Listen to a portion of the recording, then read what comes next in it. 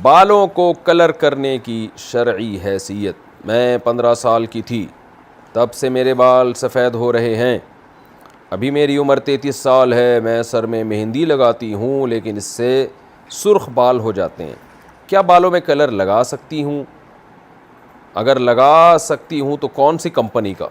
सुभान अल्लाह। अब कंपनियाँ भी मैं बताऊँ आपको।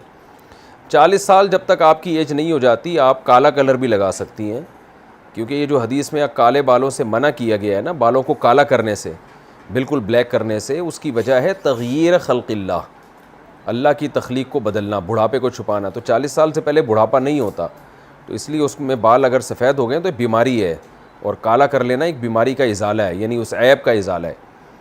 तो इसलिए आपको 40 साल तक लगाने में कोई हर्ज नहीं है। और 40 साल के बाद फिर ब्राउन कलर लगाएं, ब्लैक ना लगाएं। आप रेड अगर बुरे लग रहे हैं तो ब्राउन लगा लें, लेकिन इतना ब्राउन कि वो देखने में काले ही लग रहे हों, बिल्कुल ब्लैक जैसे ही हो, वो ब्राउन भी जायज़ नहीं है।